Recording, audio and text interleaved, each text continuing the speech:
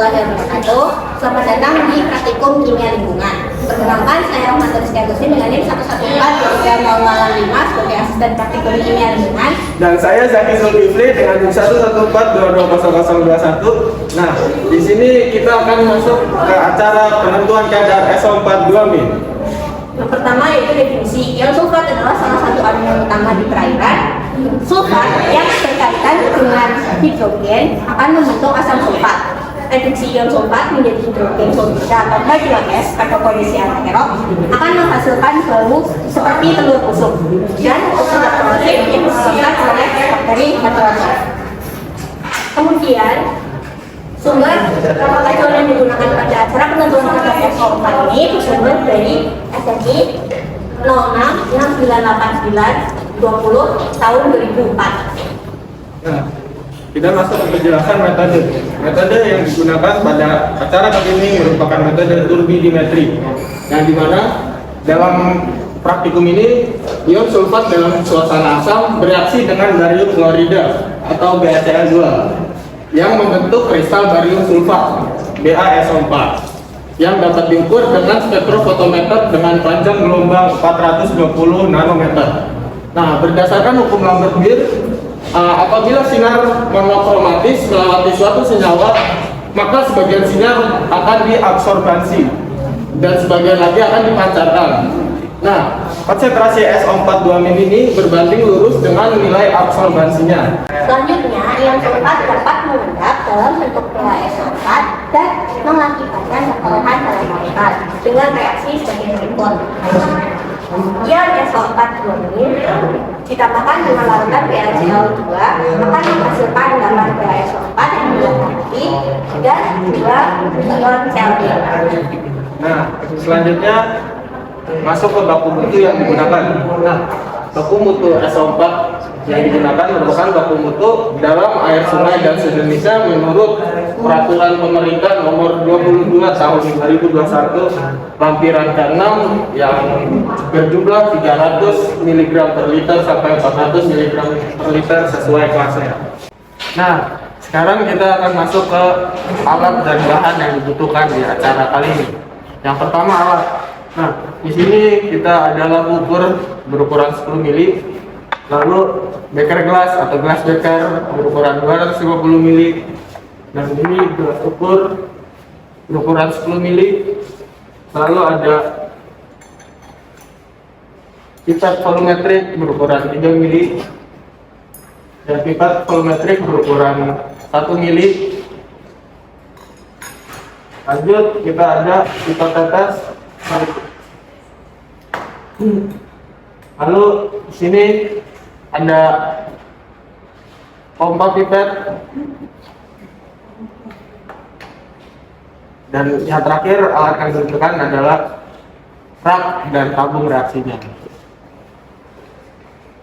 Selanjutnya, bahan yang digunakan pada penentuan kadar SO4 yang pertama yaitu larutan BaCl 10%, kemudian larutan standar Na2SO4, kemudian Aquades, dan yang terakhir adalah air sampel. Nah, kita masuk ke langkah kerja. Nah, langkah kerja yang pertama kita akan membuat larutan blanko dan larutan standarnya terlebih dahulu. Nah, bagaimana caranya?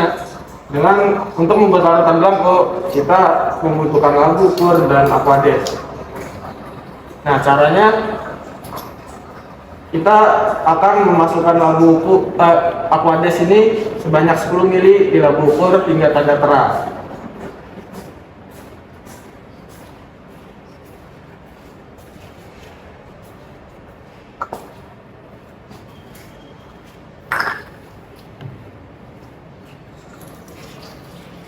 Kemudian setelah seperti ini, kita akan masukkan ke dalam tabung reaksi.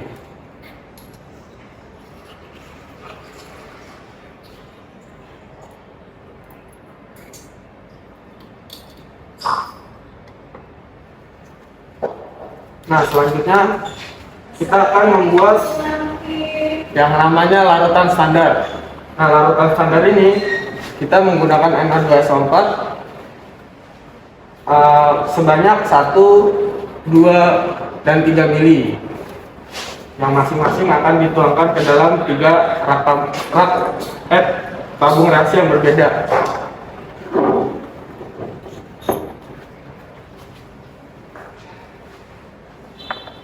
Terlebih dulu.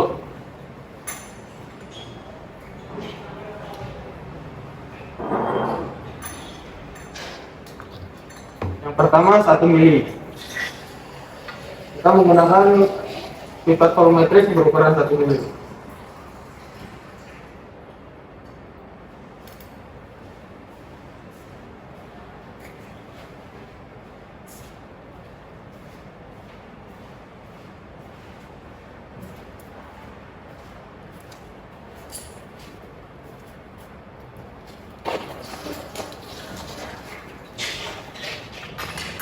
Setelah itu campur dengan aquades sampai tanda terang.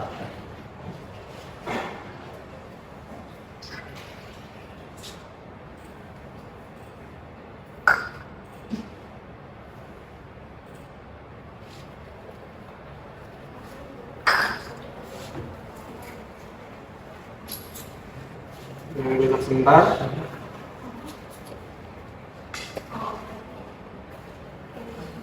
Masukkan ke tabung reaksi.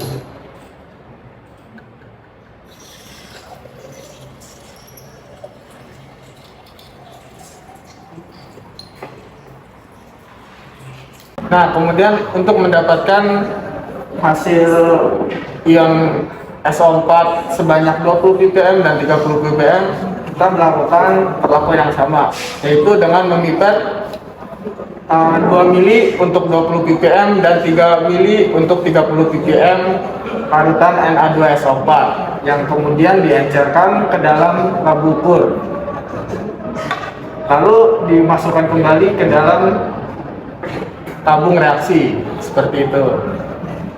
Baik, untuk langkah kerja selanjutnya yaitu memasukkan air sampel ke dalam gelas beker.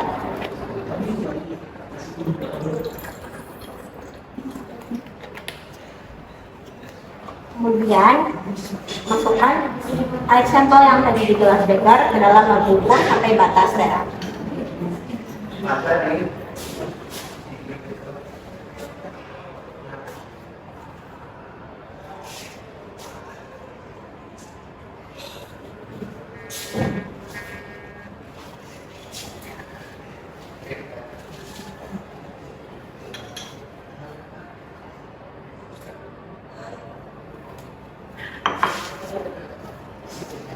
Kemudian masukkan air sampel yang sudah dimasukkan ke dalam labu ukur ke dalam tabung reaksi.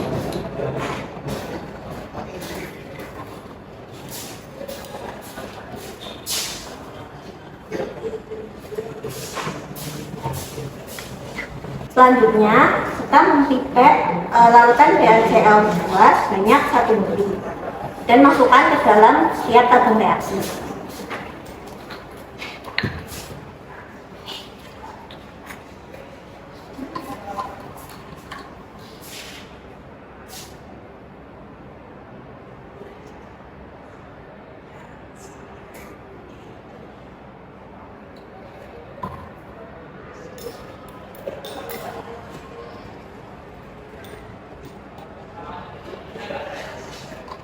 Memasukkan larutan BaCl kemudian beserta masing-masing tabung reaksi.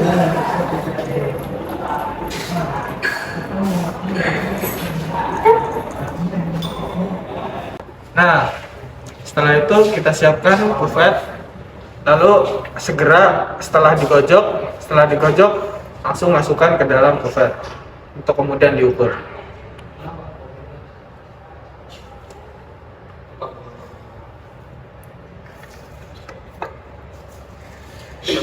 Nah, setelah sudah dipindahkan ke dalam kuvet, langsung kita masukkan ke dalam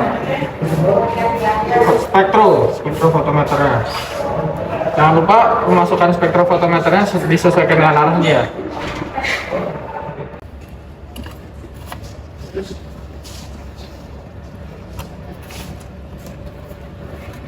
Nah, kemudian kita atur panjang gelombang menjadi 420 dengan cara memutar baffling ini.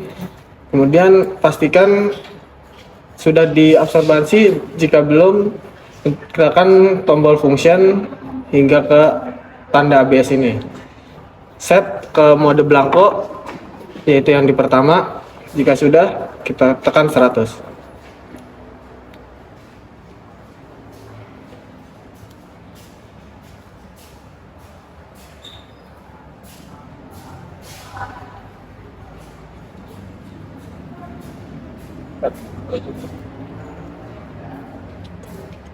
Nah, jika benar hasilnya maka akan menunjukkan angka 000. Nah, lalu kita siapkan catatan untuk mencatat jumlah absorbansi dari sampelnya tersebut. Dengan cara kita tarik-tarik saja. Sampel 1 sebesar 0,765.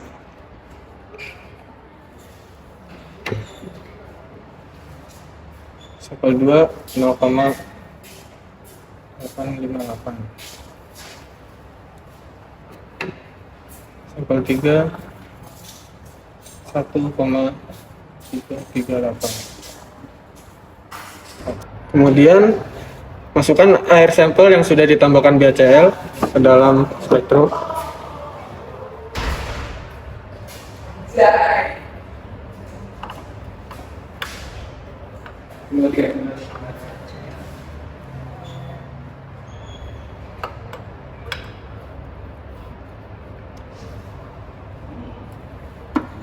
Tutup. Masih di set ke blanko, kita tinggal tarik.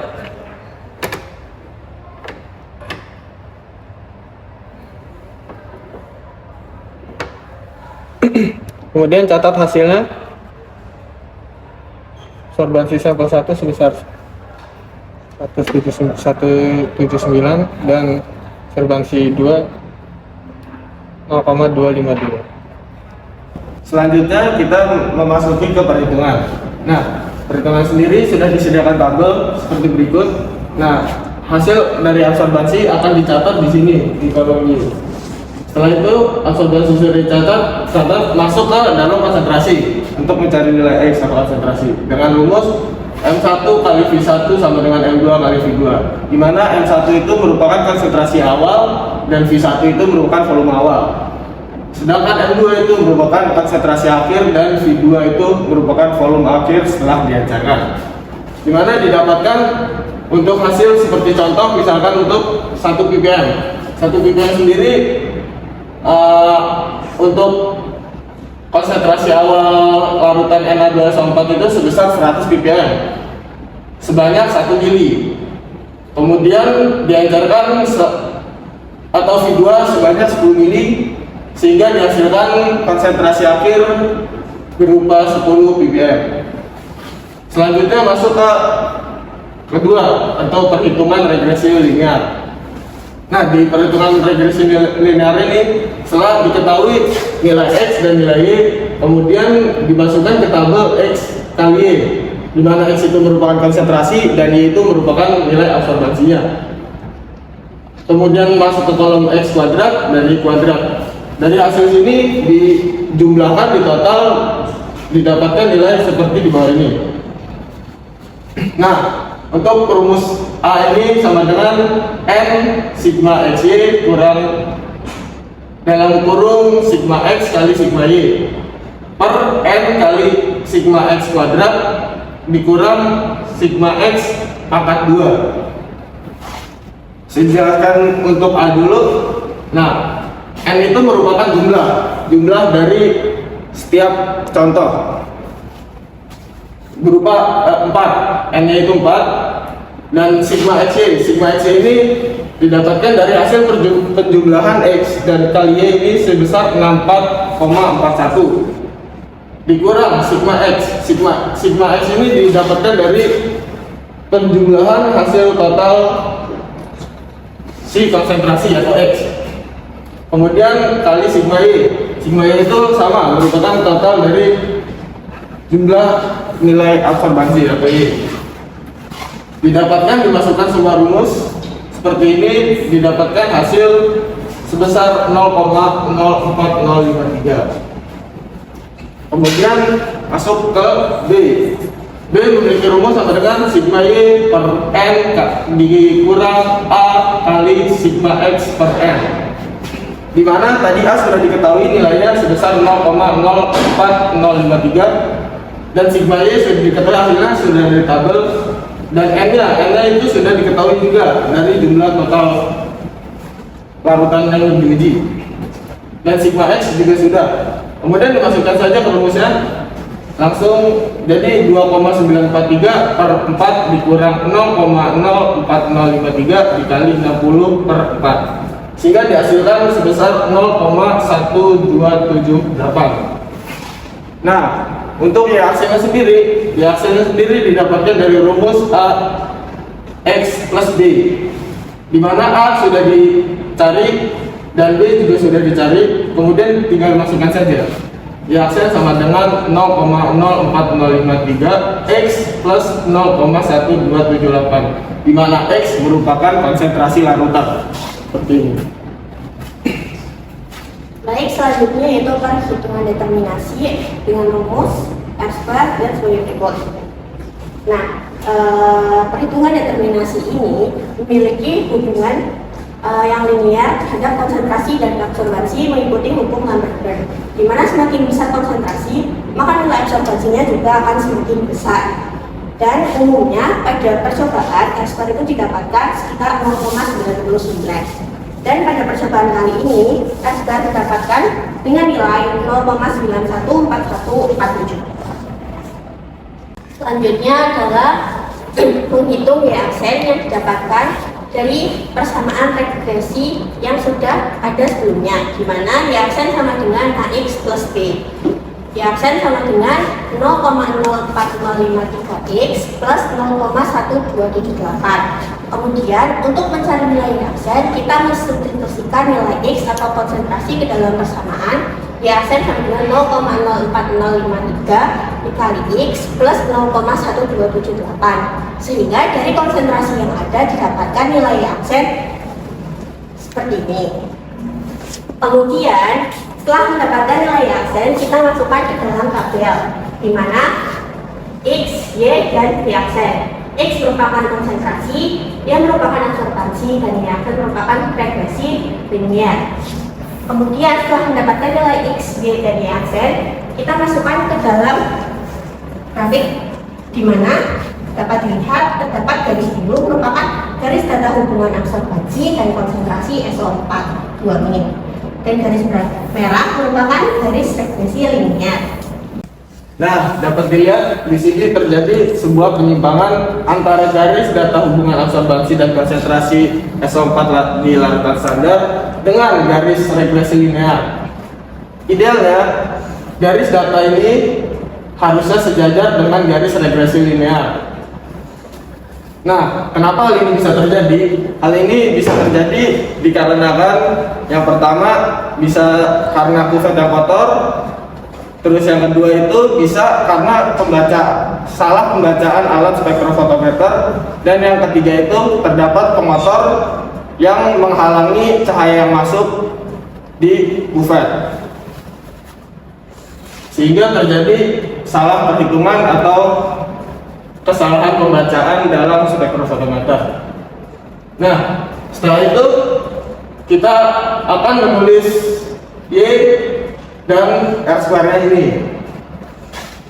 Selanjutnya, perhitungan terakhir yaitu menghitung konsentrasi SO4 2 min dalam air sampel, di mana menggunakan rumus regresi linear sebelumnya, yaitu Y aksen sama dengan 0,04053X plus 0,1278. Kemudian kita substitusi nilai absorbansi pada sampel 1 sebesar 0,179 dan didapatkan nilai X atau konsentrasi SO4 sebesar 1,263 ppm. Kemudian lakukan hal yang sama pada sampel kedua dan didapatkan nilai konsentrasi sebesar 3,0644 ppm. Kemudian dari kedua sampel tersebut kita rata-rata untuk mencari konsentrasi nilai SO4 2 min yang didapatkan sebesar 2,1637 mg SO4 2 min per liter atau ppm. Nah, sekian materi yang bisa kami sampaikan di acara S4 kali ini. Tapi sebelum mau ditutup, kita ada kata kuncinya dulu nih. Apa Riz kata kuncinya Riz? Cut. Nah, itu dia kata kuncinya. Kami dari Asisten Kimia Lingkungan, aku Zaki. Iris. Kami pamit undur diri. Assalamualaikum warahmatullahi wabarakatuh.